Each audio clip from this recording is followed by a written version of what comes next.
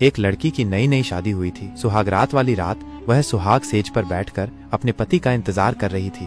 तभी कुछ दासियां वहां आईं और उसे पकड़कर घर के नीचे बने तलघर में ले गईं। नई नवेली दुल्हन दासियों के इस एकदम से किए गए व्यवहार से अचंभित हो गई। उसे कुछ समझ नहीं आया कि ये उसके साथ हुआ तो हुआ क्या। वह कुछ समझ पाती इससे पहले ही उसे पकड़कर लाई दासियां बोलीं, आपके पति की आज्ञा से आपको जीवन भर इस तलघर में बंद रखा जाएगा। पहले से ही उलझनों में फंसी देवयानी के लिए ये वचन किसी परमाणु बम से कम नहीं थे। अचंभित होती हुए वह उन दासियों से बोली, यह आप क्या कह रही हैं और मुझे क्यों इस तलघर में बंद करके रखा जाएगा? मैं बहू हूँ इस घर की, क्या मुझे यहाँ बंद करने के लिए विवाह करके लाया गया है? मेरे पति कहाँ हैं? मैं उनसे अभी की अभी मिलना चाहती हूँ।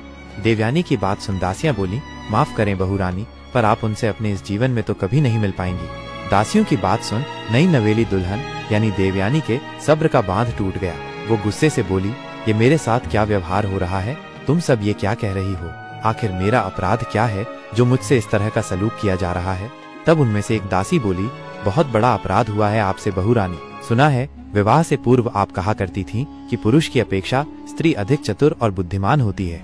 दासी की बात सुन गुस्से में देवयानी बोली, हाँ बिल्कुल, मैं ऐसा कहा करती थी और अब भी कहती हूँ कि स्त्री पुरुष की अपेक्षा अधिक चतुर और बुद्धिमान होती है। नई दुल्हन यानी देवयानी की बात सुन दासियां कुछ कहती। इससे पहले ही उस लड़की की सासू वहां आ गए जिसने उसकी ये बात सुन ली। वो गुस्से से देवयानी से बोली, मूर्ख लड़की, तेरे इसी अभिमान का दंड अब तुझे जीवन भर मिलेगा।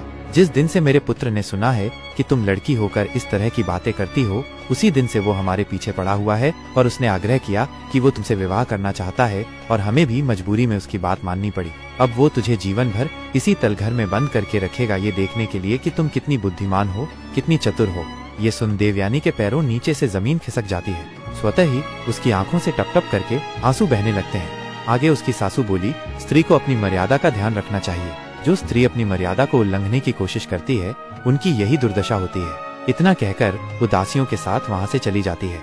लड़की के ऊपर तो जैसे दुखों का पहाड़ टूट पड़ा था। वह निर्जीव से शरीर के साथ वहीं माथा पकड़कर बैठ जाती है। वहीं पर उस बेचारी को 2 समय का खाना दे दिया जाता। अपने पति के इस कृत्य से देवयानी बहुत आहत हुई। उसे समझ ही नहीं आ रहा था ये उसके साथ हुआ तो हुआ क्या। अब उसके पास सिवाय रोने और अपनी किस्मत को कोसने के और कोई चारा नहीं था। दिन बीतते गए और जब उस बेचारी के रो रो कर आंसू सूख गए तो देवयानी ने अपने मन में यह प्रण किया कि वो उस दुष्ट आदमी को सबक सिखाकर रहेगी और उसका गुरूर तोड़ते हुए यह सिद्ध करके दिखा देगी कि उसकी सोच सही है। ऐसे ही दिन बीतने लगे। उसने अपने पति को सबक सिखाने के लिए एक योजना बनाई और योजनानुसार एक दिन उसने खाना देने के लिए आने वाली दासी को किसी तरह राजी कर लिया और उसे एक पत्र देते हुए उस पत्र को उसके पिता के पास पहुंचाने के लिए कहा। दासी ने उसके कहे अनुसार वह पत्र उसके पिता के पास पहुंचा दिया। जब वो पत्र उसके पिता ने पढ़ा तो उसकी आंखें फटी रह गईं, क्योंकि उसका पिता बहुत बार अपनी बेटी की ससुराल उससे मिलने, उसका हालचाल पूछने के लिए जा चुका था, पर हर बार उसके सामने कोई न कोई बहाना बनाकर उसे उसकी बेटी से मिलने नहीं दिया जाता।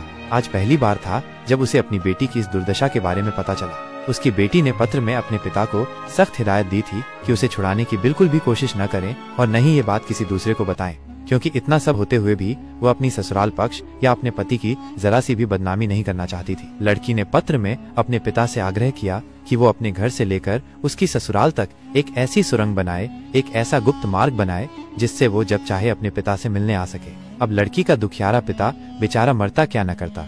उसने अपनी बेटी के कहे अनुसार सुरंग बनानी शुरू कर दी और कुछ महीनों बाद वो इसमें सफल भी हो गया। एक दिन हमेशा की तरह लड़की बेचारी गुमसुम सी बैठी हुई थी। तभी उसे जमीन के अंदर कुछ ध्वनि सुनाई दी। कुछ ही देर में उस गुप्त मार्ग के जरिए उसका पिता उसकी आंखों के सामने था। बहते नेत्रों के साथ लड़की भागकर अपने पिता से लिपट गई। देवयानी का पिता